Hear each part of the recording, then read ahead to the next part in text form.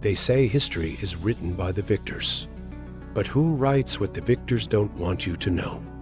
There's another version of history, one buried in coded texts, brotherhoods, and locked rooms with no names. Not myths, not legends, but societies that operated behind the scenes for centuries, and may still do. Let's take a trip through the shadows. In 1776, as the world watched the birth of America, something else was born. A group that called itself the Illuminati. They didn't wear robes or wave swords. They used ideas, radical, dangerous ideas. A society sworn to end monarchy and religion, not by protest, but by infiltration.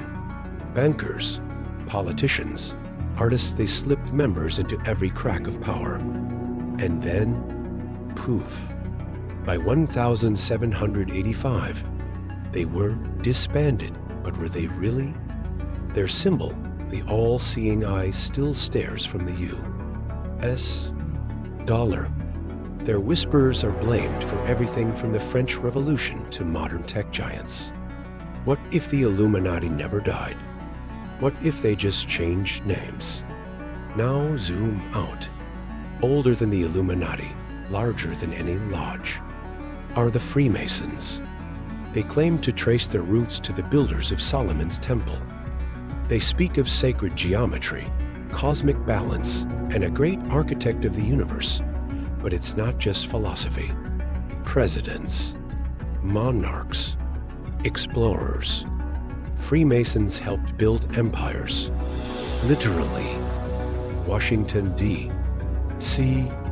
is full of Masonic designs, pyramids, compass lines, hidden coordinates. Why? And why do their rituals remain closed to outsiders? Even today, they say knowledge is power. And these men, they guard it. But if knowledge is sacred, who decides who gets it?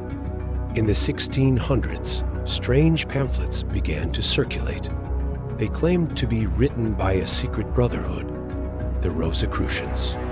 They didn't seek power, they sought awakening, alchemy, esoteric healing, cosmic laws.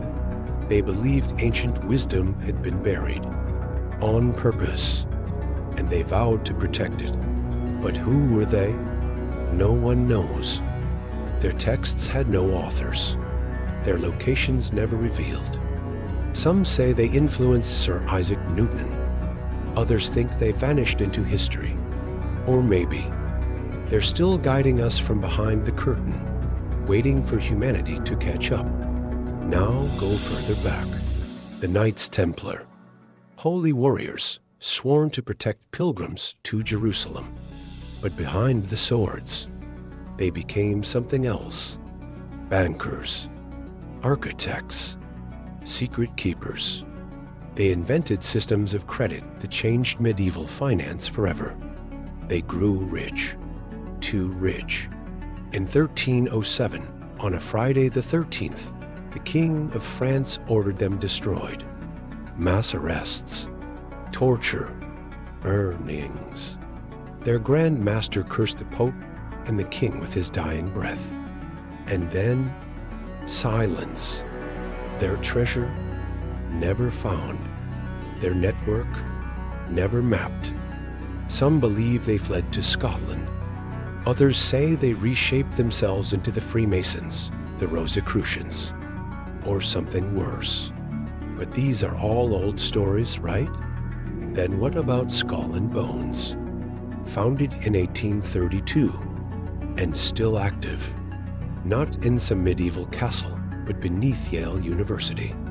A tomb with no windows, no signs, and a door that only opens for the chosen. 15 new members each year. Bonesmen. Among them, U.S. presidents, Supreme Court justices, heads of the CIA.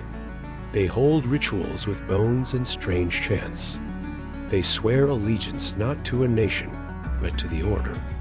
Rumor has it they stole the skull of Apache leader Geronimo. Fact? Fiction? They won't say, because Skull and Bones doesn't speak to outsiders. Their silence is part of their power. And here's the question they all raise. What if these groups, the Illuminati, the Masons, the Templars, the Rosicrucians, Skull and Bones, what if they're not isolated societies? What if they're chapters in one long book? A manuscript passed from age to age, guarded by those who swore never to let it reach us. Because if you knew what they knew, if you saw what they saw, would you still believe history happened the way you were taught? Secret societies. They hide behind legends, rituals, and symbols. But maybe those legends are warnings. Maybe those symbols aren't just decoration. Maybe we were never meant to understand the full picture. But some of us still try. Ever felt like there's more to this universe than meets the eye?